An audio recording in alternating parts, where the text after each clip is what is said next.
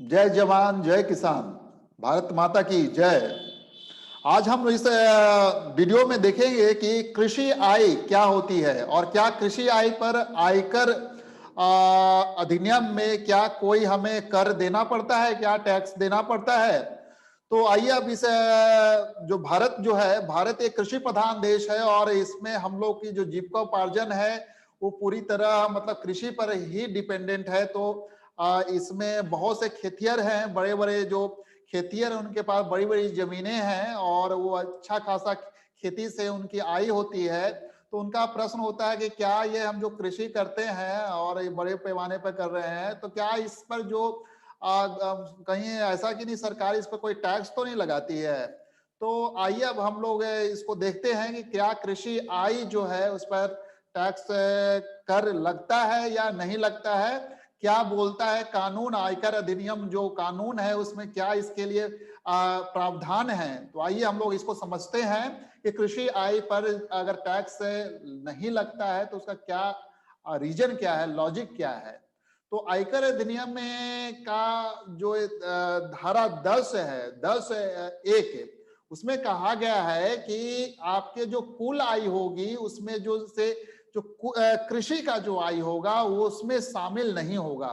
और इसका रीजन यह भी बताया गया कि संविधान में केंद्रीय सरकार के पास शक्ति नहीं है कि जो वो एग्रीकल्चरल जो आयकर कृषि आय है उस पर कोई कर लगाए।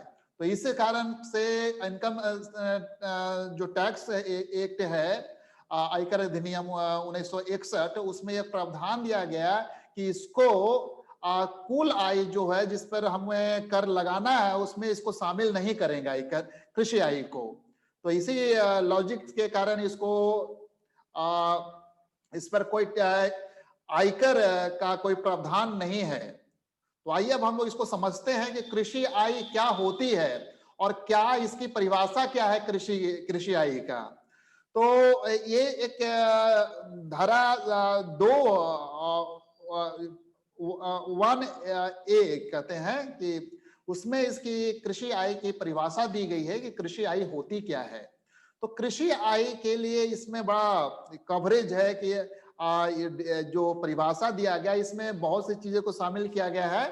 तो आइए हम लोग इसको पहले मोटा मोटी समझते हैं कि कृषि आय क्या होती है। तो इसमें तीन चीजें जो है, मेन चीजें है कि कृषि आय अगर होनी है तो कृषि आय के लिए क्या परिभाषा में क्या आना चाहिए। तो सबसे पहला कि कोई भी अगर आपको उसे कोई राजस्व, रेवेन्यू या कोई रेंट, अगर कोई भी लैंड जो है जो आपके भारत में है और उसका उपयोग जो है आप कृषि उद्देश्यों के लिए करते हैं तो आपको आपका वो आय कृषि आय में शामिल होगा। मतलब कोई भी जमीन जिस पर आप आय मतलब कृषि उद्देश्य के लिए उसका उपयोग करते हैं और उससे कोई राजस्व आपको मिलता है या कोई किराया मिलता है तो वो कृषि आय में आएगा, पहली बात। दूसरा है या कोई भी आय आपका, अगर आपको उस लैंड जो ऊपर जो हमने देखा वो लैंड, अगर उसका आप उपयोग जो है अगर कृषि के लिए करते हैं, पहली बात। या और या फिर कोई भी ऐसा जो समानता जो हम लोग करते हैं, एक कल्टीवेट किसान जो है, खेतिहर है या वो अगर किसी मतलब जनरली जो कुछ इस तरह का क्रिया अपनाता है, ऑर्डिनरी जो कहते हैं जनरली जो अपनाता है जिससे उसको उस कृषि का जो उपज है उसको मंडी तक ले जाए, तो उसके लिए कोई भी प्रोसेस अपनाता है और उससे कोई उसको इनकम आती है तो वो भी कृषि आय में शामिल होगा।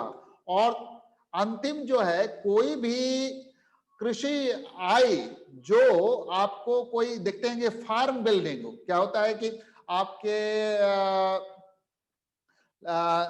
लैंड होते होंगे, जमीन होते होंगे, उसके बगल में एक घर बना होता होगा, उसको कहते हैं फार्म बिल्डिंग। तो उसको एग्रीकल्चर ऑपरेशन के लिए यूज करते हैं, उसको कृषि गतिविधियों के लिए हम यूज करते हैं, उसका उपयोग करते हैं और उससे कोई अगर इनकम होती है तो वो भी आपके कृषि आय में शामिल होगा। तो यहाँ पर हम लोगों ने तीन चीजें देखी।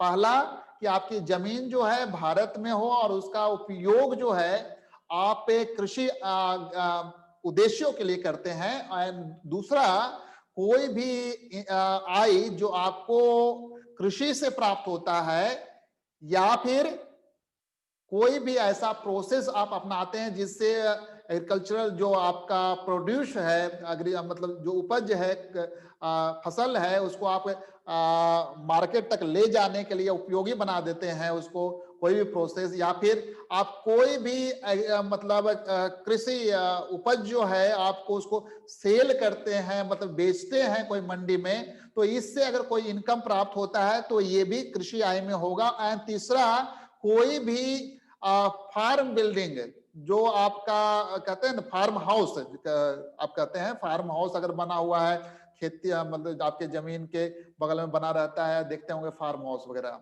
टीवी वगैरह में। तो फार्म हाउस अगर कोई है तो उससे अगर कोई आपको आ, मतलब कृषि आय होता है और उसका उपयोग जो है आप कृषि गतिविधियों के लिए करते हैं, तो वो भी आपके कृषि आय में शामिल होंगे। तो तीन चीजें हम लोगों ने यहाँ पर देखा।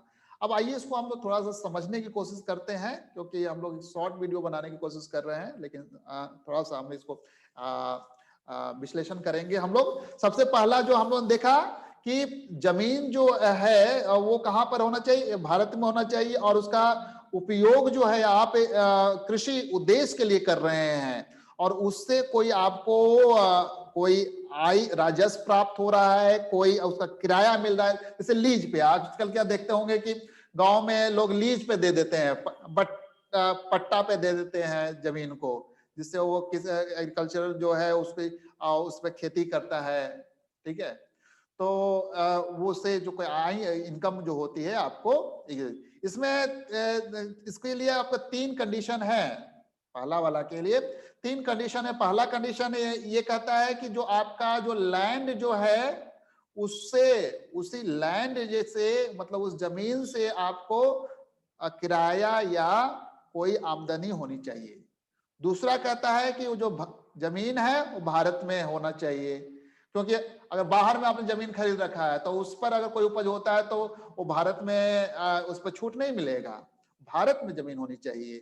और तीसरा कि उस जमीन का हम उपयोग जो है वो कृषि ऑपरेशन मतलब कृषि के उद्देश्यों के लिए करना होना चाहिए। तो ये तीन चीजें हैं जिससे आपको वो कृषि आय में आना चाहिए। यहाँ पर पहली वाली बात में हमने कहा। दूसरा जो है आपका, जो हमने देखा कि अगर कोई आय आपको कृषि से आई हो, तो एक कृषि का मतलब क्या होता है? तो बहुत से लोगों को होता है कृषि का मतलब क्या सब कुछ इसमें शामिल होगा? तो यहाँ पर मतलब जनरली कहा गया कि डिफाइन, देखिए डिफिनेशन उसमें नहीं दिया गया कि एग्रीकल्चर क्या होता है, कृषि क्या होता है, लेकिन जनरली एक मतलब जो किसान है वो अगर कोई अपना किसी लोग को लगाकर, ह्यूमन स्किल या लेबर को लगाकर, मजदूर को लगाकर या अपने ह्यूमन स्किल को लगाकर उसको यूज करता है, किसी फील्ड को पर खेती करता है, तो वो एग्रीकल्चर में आएगा। तो एग्रीकल्चर का मतलब अगर देखें मोटा मोटी तो कहते हैं कि उसको जोतना, बुआई करना और इसी तरह के जो हम जो गतिविधियां करते हैं, यहाँ पर एक्टिविटीज करते हैं, ऑपरेशन करते हैं, वो सब कुछ एग्रीकल्चर में आएगा।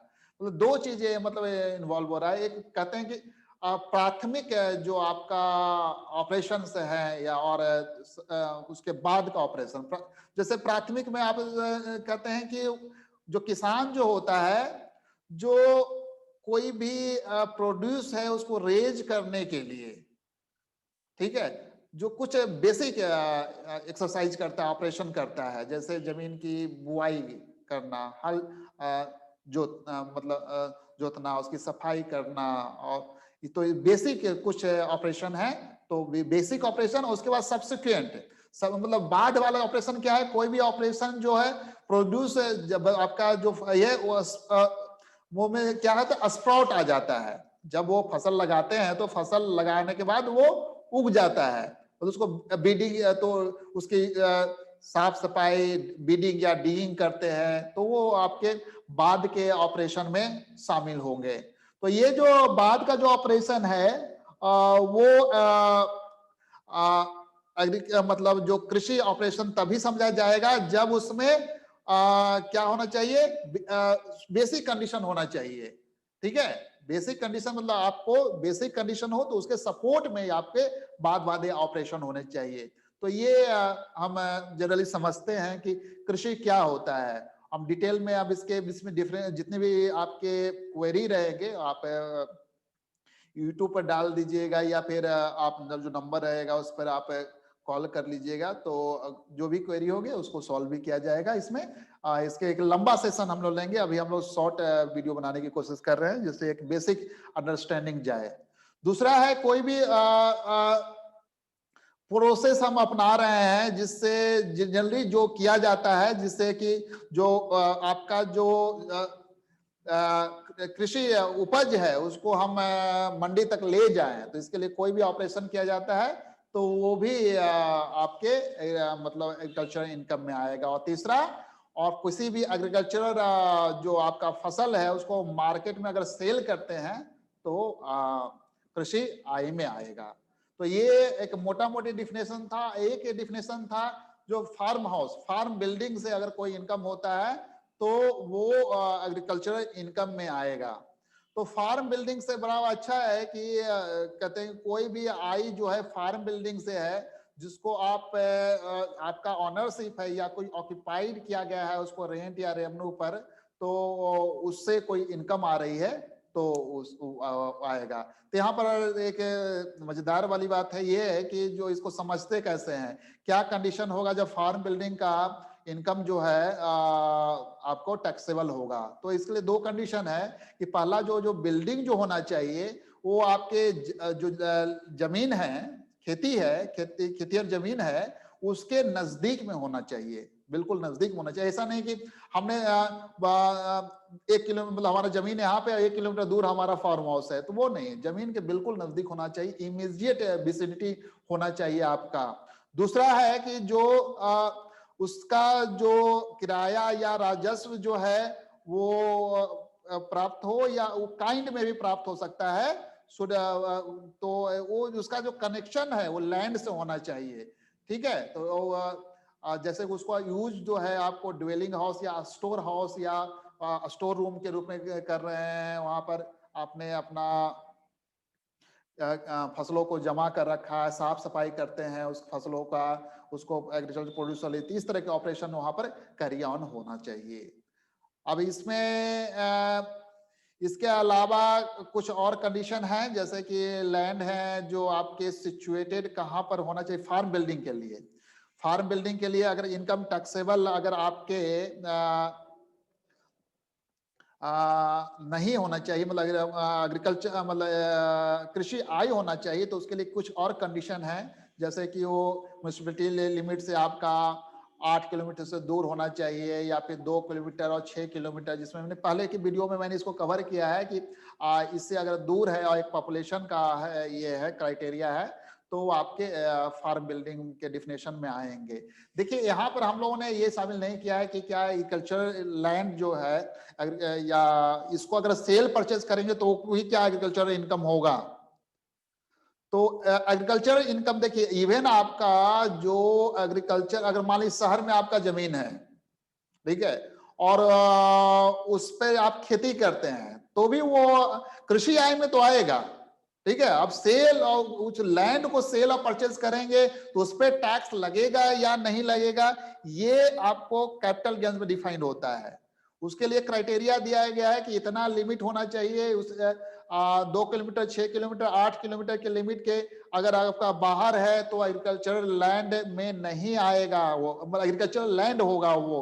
और उसके अगर उसके अंदर आपका अगर कोई एग्रीकल्चरल लैंड है उस लिमिट के अंदर है तो वो अर्बन लैंड में कंसीडर किया जाएगा और उस पर उसको सेल परचेज सेल कीजिएगा तो उस पर आपको टैक्स लगेगा। तो लेकिन ये देखिए एग्रीकल्चरल एक्टिविटी अगर आप कहीं भी करते हैं, इवन शहर में भी आप करते हैं, ठीक है, किसी लैंड पे किसी तो आपके बगीचे होते हैं उसमें करते हैं, ठीक है, तो उस पे आपको टैक्स नहीं लगेगा, ये बिल्कुल क्लियर है। तो इसके रिगार्डिंग मैंने अभी एक शॉर्ट वीडियो बनाया है, तो अब इसके रिगार्डिंग एक डिटेल मैं प्रेजेंटेशन अब बनाऊंगा Hindi as well as in English, so that और लोगों को जो बड़े बड़े खेतिहर हैं उनको इस चीज के बारे में समझ आ सके। और इसके रिगार्डिंग कोई भी किसी तरह का भी कोई भी प्रश्न हो तो आप एक उस पर ईमेल आईडी है या नंबर मोबाइल नंबर दिया हुआ है रहेगा, तो उस पर आप कॉल कर सकते हैं और उसके रिगार्डिंग आपके क्वेरी को हम लोग सॉल्व करेंगे जब भी हम लोग को समय मिलेगा। तो धन्यवाद, धन्यवाद। इसके साथ ही आशा कर रहा हूं कि ये कृषि आई पर जितना जो टैक्स का प्रोविजन है उसके बारे में ज्यादा से ज्यादा लोगों तक जागरूकता पहुंचे। धन्यवाद।